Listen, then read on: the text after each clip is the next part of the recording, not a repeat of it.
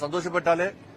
మళ్ళీ ఈ పేరుతోని మీరు సర్వే చేయండి, నివేదికలు తెప్పించుకోండి, ఇబ్బంది లేదు. కానీ ఏదంటే ఈ కాంగ్రెస్ పార్టీ కేసీఆర్ ఎట్లా చేసాడు గట్టినే చేస్తున్నారు. కేసీఆర్ ఏం చేసిండు? సమీక్షల పేరుతోని, సర్వేల పేరుతోని, నివేదికల పేరుతోని టైంపాస్ చేసి చేసి ఈ పంట అయిపోయినాక నెక్స్ట్ పంట వేసుకునే దాకా ఏం రూపాయి చేయలే. రైతులు ఏం చేశారు? పాత నష్టం మర్చిపోయారు. ఇక సరే ఈసారైనా నష్టాన్ని మనం నివారించుకుందామని చెప్పి మళ్ళీ పంట వేసుకున్నారు. ఈ ప్రభుత్వం అదే చేస్తుంది. ఇప్పుడు చూడండి, ఇక నేను వెంటనే ప్రభుత్వం డిమాండ్ చేస్తున్నా, మీరు వారం రోజుల పాట నివేదిక తెప్పించుకోండి, మీరు సమీక్ష చేయండి, సర్వేలు తెప్పించుకోండి. వారం రోజుల పాట నష్టపోయిన రైతులను ఆదుకోవాల్సిన బాధ్యత వాళ్ళ రాష్ట్ర ప్రభుత్వం మీద ఉంది. వరి నష్టపోయారు, మావి నష్టపోయారు, పత్తి నష్టపోయారు, కాబట్టి ఆదుకో మొక్కలు కూడా నష్టపోయారు. కాబట్టి ముఖ్యంగా ఉమ్మడి కరీంనగర్ జిల్లా, ఉమ్మడి మెదక్ జిల్లా, ఉమ్మడి ఆదిలాబాద్ జిల్లాతో పాటు ఇతర ప్రాంతాల్లో నష్టపోయారు. కాబట్టి వాళ్ళందరినీ ఆదుకోవాల్సిందిగా ఇలా రాష్ట్ర ప్రభుత్వం డిమాండ్ చేస్తున్నాం.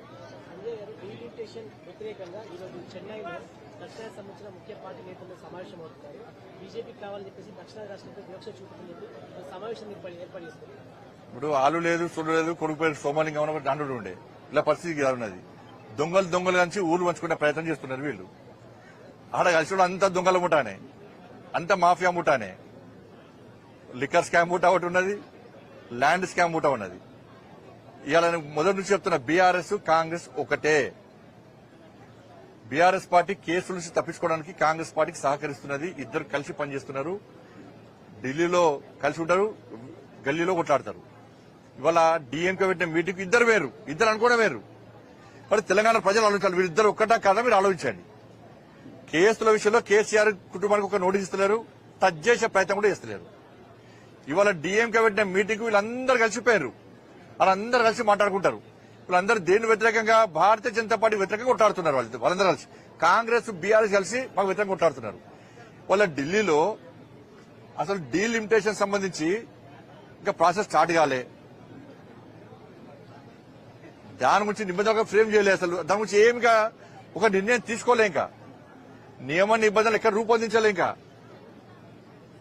ఇవాళ ఒక ప్లాన్ ప్రకారం ఇక్కడ కాంగ్రెస్ పార్టీ ఏం చేస్తుందంటే 6 గ్యారెంటీల హామీ నుంచి తప్పించుకునే ప్రయత్నం, వాళ్ళు పడుతున్న అవినీతి వ్యతిరేకంగా ప్రజల దృష్టి మళ్లించడానికి. బీఆర్ఎస్ పార్టీ ఏం చేస్తుంది? మా మీద కేసుల గురించి కాంగ్రెస్ పార్టీ సహకరించాలి కాబట్టి మేము కాంగ్రెస్ పార్టీ ఏం చెప్తా చేస్తామని చెప్పి బీఆర్ఎస్ పార్టీ పోయారు. తమిళనాడులో డీఎంకే 1000 కోట్ల లిక్కర్ స్కామ్, 1000 కోట్ల లిక్కర్ స్కామ్ అక్కడ తమిళనాడులో డీఎంకే పాల్పడేది. లిక్కర్ స్కామ్ కు అవినీతికి పాల్పడుతున్నది. అవినీతికి వ్యతిరేకంగా ప్రజలు డీఎంకేకు వ్యతిరేకంగా తీర్పడానికి తమిళనాడు సిద్ధంగా ఉన్నారు. దాని నుంచి ప్రజల దృష్టి మళ్లించడానికి ఇదంతా పక్కా ప్లాన్ గా చేస్తున్నారు. కానీ ప్రజలు ఎవ్వి పట్టించుకోరు. ఇవాళ అమిత్ షా గారు చెప్పారు, రాజ్నాథ్ సింగ్ గారు చెప్పారు, దక్షిణాదిలో సీట్లను తగ్గించే ప్రయత్నం మేము చెయ్యము, అటువంటి ఆలోచన లేదు. డీలిమిటేషన్ సంబంధించి ఒక నిర్ణయానికి మేము రాలేదు, దానికి ఏమి నియమ నిబంధనలుగా పెట్టలేదు మేము అని చెప్పి క్లారిటీ ఇచ్చినప్పుడు కూడా వాళ్ళ అవినీతిని తప్పించుకోవడానికి, ప్రజల దృష్టి మళ్లించడానికి, లిక్కర్ స్కామ్ నుంచి డీఎంకే తప్పించుకోవడానికి ఇవాళ ఈ కొత్త దుకాణాన్ని స్టార్ట్ చేశారు. అదంతా కూడా ఒక మాఫియా మూట. ఇలా డీఎంకే అక్కడ మద్రాసులో జరిగేది ఒక మాఫియా మూటా సమావేశం అది.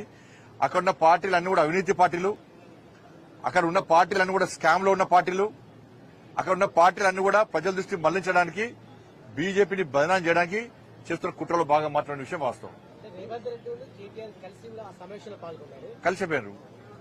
కలిసిపోయారు కదా, ఇద్దరు కలిసే ఉంటారు. వాళ్ళిద్దరు కాంగ్రెస్ బీఆర్ఎస్ ఒకటి మేము మొత్తుకుంటే ఇన్ని రోజులు మళ్ళీ ఇప్పుడు క్లారిటీ వచ్చిందా లేదా?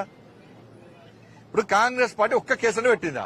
మళ్ళీ చెప్తా నేను, కాళేశ్వరం కేసు నోటీస్ ఇయ్యలే, విద్యుత్ కొనుగోళ్ల స్కాము విచారణ అయిపోయిందట. కానీ కేసీఆర్ ఇంత అసలు దానిలో ఆరోపణలు ఉన్న వ్యక్తి కేసీఆర్ గారిని కనీసం విలువలకు నోటీస్ ఇయ్యలే, విచారణ పూర్తయిపోయిందట. మరి విచారణ పూర్తయిపోయిన రిపోర్ట్ ఏమైంది? ఫోన్ ట్యాపింగ్ ఏమైంది? ఇవాళ ఏమైంది?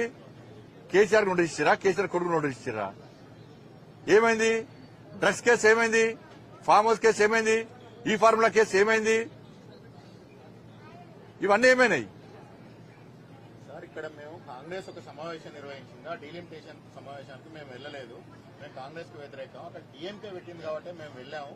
జాతీయ రాజకీయాల్లో మళ్లీ కేసీఆర్ కీలక పాత్ర పోషించబోతున్నారని చెప్పేసి కేటీఆర్ ఒక ప్రకటన చేశారు. భయపడతారు, జనం భయపడతారు. కేసీఆర్ అంటేనే ఇప్పటికే భయపడుతున్నారు కేసీఆర్ చూసి. ఏమైంది మహారాష్ట్రలో ఇది దిక్తం అది దిక్తం అన్నది బీఆర్ఎస్ పార్టీ. ఏం బిక్కిర్రు? పాములో గడ్డి విక్కుని కూర్చున్నాడు కేసీఆర్. మేము యూపీలో పోయి పోటీ చేస్తామన్నారు, గుజరాత్ పోయి పోటీ చేస్తామన్నారు, క్యాండిడేట్ దొరకలే. మీ జాతీయ అధ్యక్షుడు బీఆర్ఎస్ మళ్ళీ టీఆర్ఎస్ అవుతుంది. ఇవాళ ఏ రాష్ట్రంలో మీరు కమిటీలు వేసారు, ఏ రాష్ట్రానికి